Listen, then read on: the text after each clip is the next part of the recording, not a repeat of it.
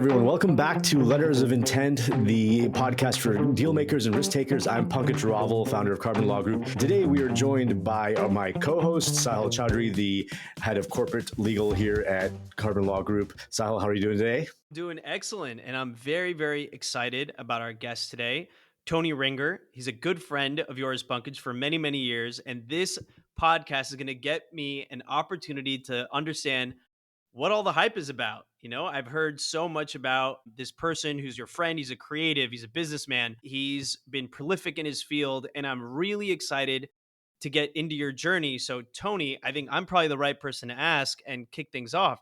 Can you tell us a little bit about yourself and your journey? Thank you, Pankaj, and thank you, Sahil, for having me here on Letters of Intent. I'm very excited to be here. As a kid, I was obsessed with comics, like not just reading them, but making them. The process, like drawing in blue pencil, ink, and black, and then Xeroxing the pages and folding and stapling them into little books. I love the storytelling, but I was also into the process. Later, that same instinct moved into computers, scanning, Illustrator, Adobe Illustrator, learning HTML. It was about finding new ways to create and share. That mindset has really been with me ever since. I started in branding and advertising, art direction, working with clients across fashion, retail, music, and automotive, and then later moved into entertainment marketing and consumer products, focusing on video and motion. That path led me to Disney, and eventually I started Area Lab when I was living in Amsterdam and Paris, and then came back to Los Angeles. Over the years, I've moved through web, motion, social, and now we're entering the new era of AI, not just as a user, but as someone helping others navigate those changes and turn them into opportunities. That's wonderful. I love that. Yeah, thank you for that background. I mean, Tony, you and I have been knowing each other for a long time now. I helped you with different types of businesses at different places, working with different brands. So I've seen your approach to creative. I must say, it is really unique and refreshing to see someone, who's really operating at the top of their game, think about these issues, and you think about it so deeply. So, I would love to talk a little bit about your time at Disney, because obviously, it's a massive entity, it's a massive company, and I'm sure, it is very cutting edge with a lot of the creative that they're doing. So maybe tell us a little bit about your story with Steve Jobs. I'd love to hear, you actually, I think, developed something or presented something to Steve Jobs when he was around. I'd love to hear a little bit more about what that was like. Yeah, Disney was really an education for me. And I think the best the best way to imagine it is, so one day I'm working at Disney, working away, and my global head of creative walks into my office dead serious and says, "Clear your plate. We need to impress Steve Jobs, not your average Tuesday." This was when Pixar was joining Disney and Jobs had just become the largest individual shareholder. Everybody wanted to make a good impression and no pressure, right? What he wanted me to do was to rethink how we used video in presentations, mixing motion graphics into Keynote in a way that felt more like a film than a slideshow. And myself and my team were basically inspired by An Inconvenient Truth, but with less climate change and more pixie dust. The goal was to blur the line between animation and interface, so you couldn't quite tell what was software and what was video. Interesting. So after the big meeting, my boss called me from the airport and said, "Steve kept leaning over during the presentation, trying to figure out what software we were using." Total poker face, right? But clearly intrigued. Unconfirmed, but I like to believe some of what we did make made its way into future versions of Keynote. And if not, hey, still, we made Steve Jobs squint, and I'll take that. Yeah, amazing. That's a great story. And what year was this? Oh, gosh, this was in the mid-2000s, something The like 2000s. this. Because I would imagine that presentation would be a lot different today, right? With the tools we have. Absolutely. And now the way that we can generate video and animation with AI and with a few keystrokes. From when you presented then to what you're seeing today, you said there might be some influence in Keynote that you had. Do you see what you were thinking? Do you feel like that has come to fruition in many ways and what he wanted? Or was it something that maybe was too kind of pie in the sky? I think that ultimately it did have an impact. And that team, our chairman at the time included, they really had a very bold way of communicating their ideas. And I think that really has come across. It's, I guess, the best way to say it is that it has become sort of standard to the language now. If we watch like big presentations and big keynote sort of speeches, it's sort of standard now. the way but at that time it was not, right? People were running around with bullet pointed slides and things of this nature for large things. And now, since that moment in time, people have really, really adopted a lot of those best practices and sort of at every level, I think. I love it. So you had this great time at Disney, and then what inspired you to start Area Lab? I guess it was sort of back to our Glendale campus around 3 a.m., if you can imagine this. And I was riding a Razor scooter down the hallway, half looking for snacks and basically half trying to stay awake. I had just wrapped a leading massive project, an interactive web app for Disney's global rebrand. It was designed to train thousands of partners and licensees around the world, and it had to unify everything: Mickey Mouse, Princesses, Toy Story, Lion King, Pirates of the Caribbean, all under one brand vision, and teaching people how to do this. That night, just finished this, I was talking with another Disney artist, and we were sort of, reminiscing, trading stories about our parents. And our parents both had different times, but both had moved from the Philippines to America to reimagine their future. And really, this was like the spark. In a way, Area Lab felt like my same version of that leap. I wanted something more, something that could cross borders, cultures, and platforms. I had great friends at Disney around the globe who encouraged me, and I was already deep into video, motion design, and experimenting with early social media. So it felt like the right time to break away and build something on my own. That's amazing. So, Tony, I wanted to ask, what is every artist that we've spoken with has a point of view that's been developed over the years, and that's the result of experiences or influences and inspiration. How would you describe the creative point of view of Area Labs? Our mission at Area Lab really is one of enablement, enabling leaders and teams to become future proof and augmenting the stories, augmenting how and what they create. So, there are a lot of artists, I think, who are grappling with technology and whether they want to use it, whether it's compromising their vision, their artistic integrity, or whether it's not, whether it's augmenting and enhancing it. I think we're all exploring, even from a legal side, what is copyright, what is not, what is yours, what is mine, what belongs to AI. From our perspective at Carbon, we embrace technology and AI. I think it's inevitable, and without using it, we are at a loss in terms of competing in the marketplace.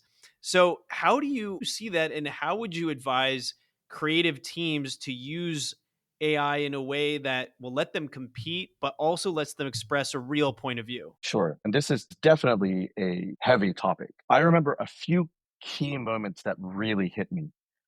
My first text to image, my first text to audio using Udio.com, sketch to render. As a creative, those experiences were deeply profound. And it took some time. I ended up journaling and writing about them really just to make sense of it all. And eventually this turned into a short essay that I started to draft for a series that I started to create called Shift Command Create, that I'll be sharing soon on LinkedIn and Substack.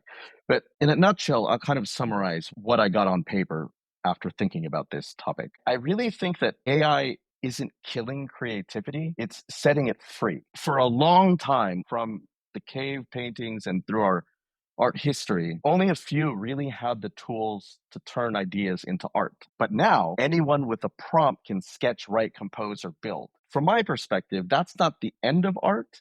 It's the start of something bigger. It's almost like the myth of the lone genius is fading and the crowd is the new creator. We're not replacing creators, we're sort of widening the stage, from whether that is from the Philippines to India to Los Angeles to anywhere in the world. Voices once shut out are now coming through loud and clear on and all the platforms that we're seeing. AI doesn't make creativity, it unlocks it. And culture then that used to flow from the top, it spreads like wildflower. It spreads like wildfire now, sideways, bottom up, remixable.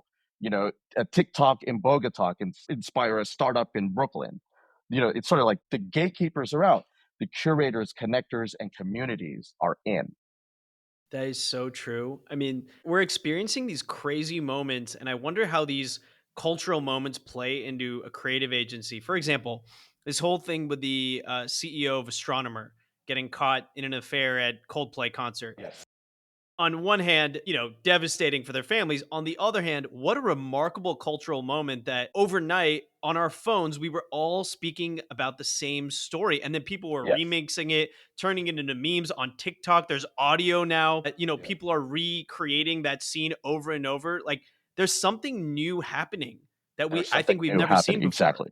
We've never seen this before. It's not just a tech evolution, it's a creative revolution. If you let me go there, right? For society, Yeah. the tools are in everyone's hands now. And that's really where I'm a firm believer in communities, and what happens next really is up to us. By the future of creativity, I think is by creators for creators everywhere.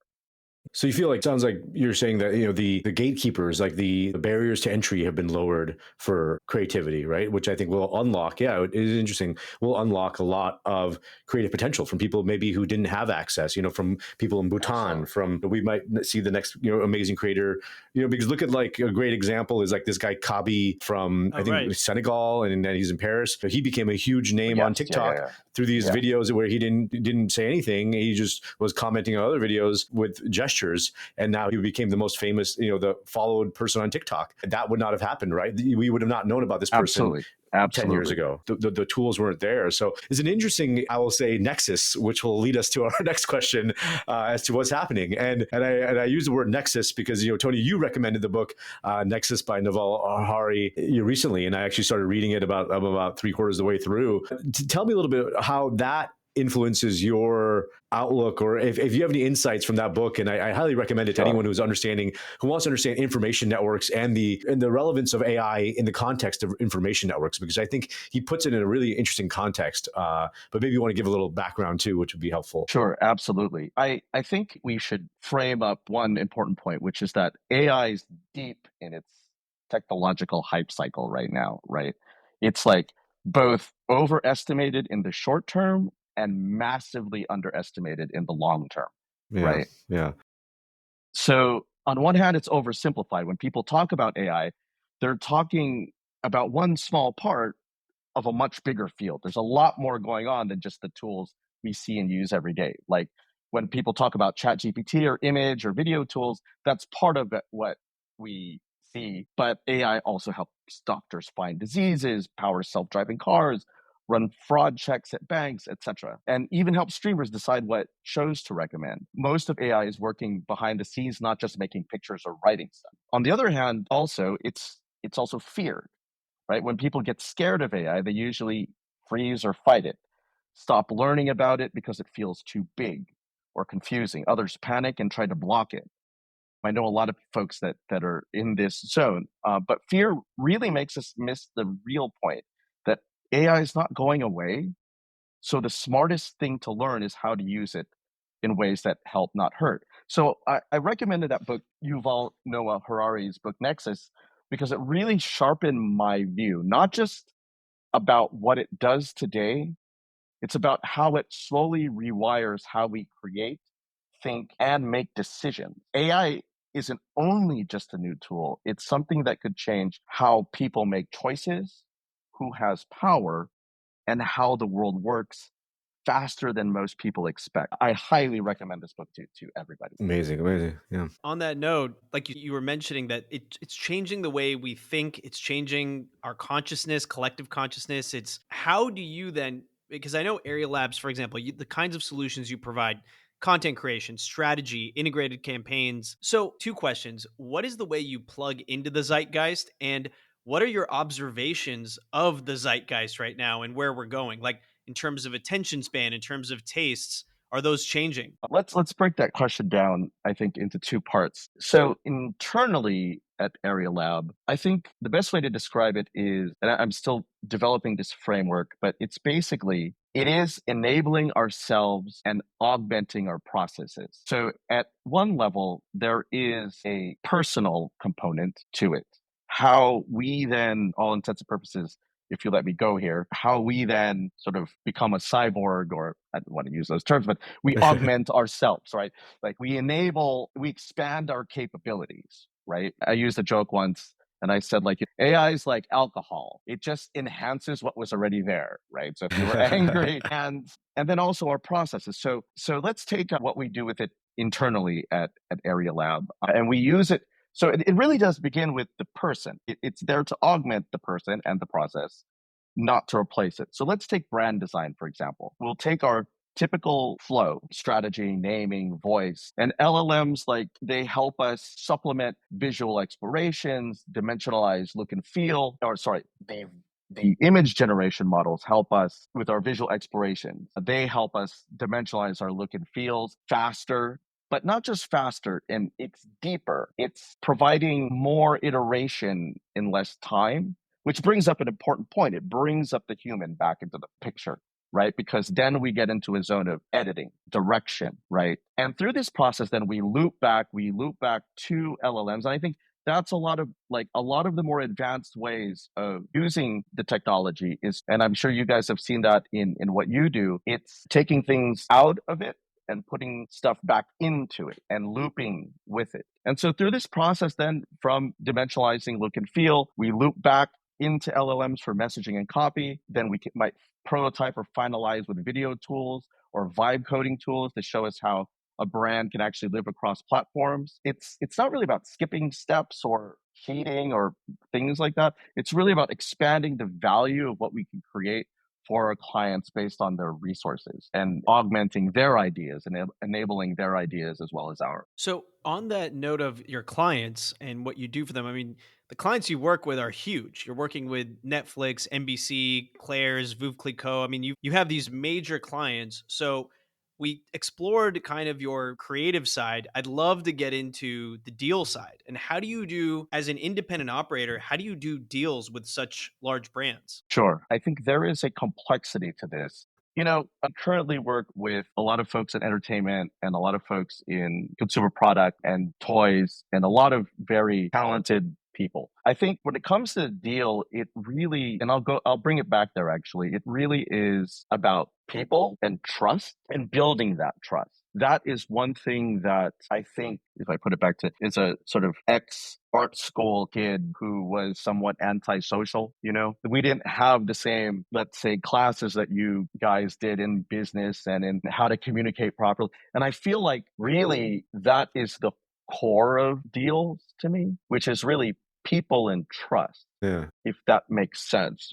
Well, you actually raised a really interesting point there in a question about like communication, right? Because really, I mean, we're all in communication, whether it's in law or art or whatever it might be. I mean, these are all different forms of communication in many ways, right? Like, just because you weren't, like, maybe you're a little more introverted or you were a little bit more to yourself, and as an artist, but you communicate through your drawings and through your, through your art, right? And your comics and things like that. So illustration. I mean, it is interesting. I think deal making and communication, right? Because I think you communicate what you can do to the clients through visuals and through showcasing it. Illustrations, we oftentimes do it through writing. It is, I mean, I think for me, it's almost like a communicative medium, right? And what is the medium Absolutely. you choose?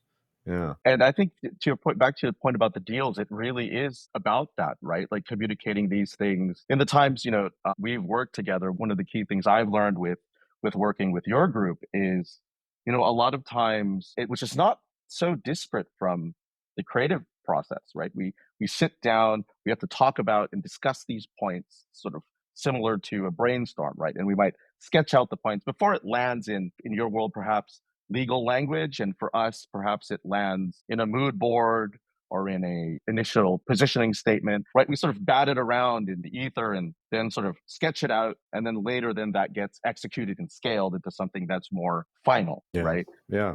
And I think there's something that we can't lose about that as we move forward. I don't think we will lose it. I think it's impossible to lose. We need Yeah. that, right? That's probably going to become more valuable as we go. It is interesting, because I think that critical thinking element so important in the process, right, of any kind of creative or intellectual development, right? It's all intellectual property at the end of the day that we're doing. You're creating intellectual property, we're creating intellectual property in different ways, but that process is really important. That's why even like our firm, we talk about design thinking, and we even try to apply those design thinking principles to practice of law, because I think that process is fundamentally very similar in terms of how you get to these ideas, how you get to these kind of innovative ways ways of approaching, whether it be, unifying all of Disney's assets into one, website, or trying to bring together the parties' desires for an operating agreement. Absolutely. Before we end, I want to also talk a little bit about GhostBridge. You talk a little bit about AI and marketing. Tell us a little bit more about this initiative with GhostBridge and your area lab.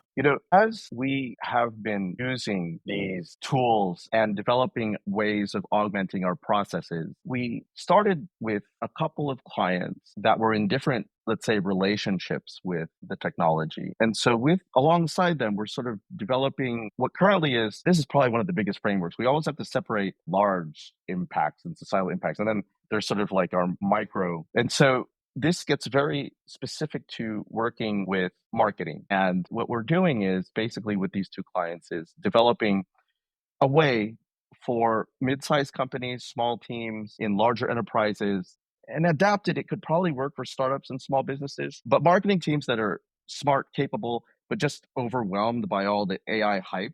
And they know it's here, but they don't really know an entire way to use it that makes the team faster, sharper, and more efficient, right? So, and most of what we're getting out there right now is either way too theoretical, which is thought leadership about the future of marketing, or way too tactical, like here's a prompt to write an ad, right? So what we're doing is much more grounded. We go into a team, and in about 6 to 8 week sprint, we help them build their own internal AI or AI powered marketing system. Means choosing the right tools, designing actual workflows they'll use every day, training the team to run campaigns with AI built into the process. At the end of it, they'll walk away with a live content engine, a playbook that's customized to how they work, and confidence to run with it. No hypes, no consultants on retainer. We're not going to turn down a retainer, but no chasing trends, just more great work done faster, and the framework to evolve it themselves. But we like to think of it like, it's not consulting, it's capabilities transfer. And currently we're calling it GhostBridge. But cool. I love that. That turns the agency on its head, right? Because agencies have historically run based on retainers, and you're kind of arming your clients with this self-perpetuating system. That's quite disruptive, isn't it? Well, I think we have to evolve, right? Yeah. Our future, all our futures is about evolution. And, Area Lab won't exist in the same form tomorrow as it does today. But then again, it doesn't look anything like it did when I first started it either. Yeah. Right. So, Tony, this has been really insightful. I know we could talk for hours. Thanks. There's so much more to cover. We have many stories, we're talking about Licensing Expo and all these other things we've been to. But yeah, Tony, just so people can learn more about you and even maybe contact Area Lab if they have needs, what's the best way to get in touch with you, and any closing thoughts also that you might have for our listeners? Sure. You can follow me or drop me a line on LinkedIn. I'm there as Tony Ringor. That's spelled TonyRingor. I'll be launching the new content series in the next few weeks called, as I said, Shift Command Create, starting on LinkedIn and then possibly expanding into TikTok, Substack, and YouTube.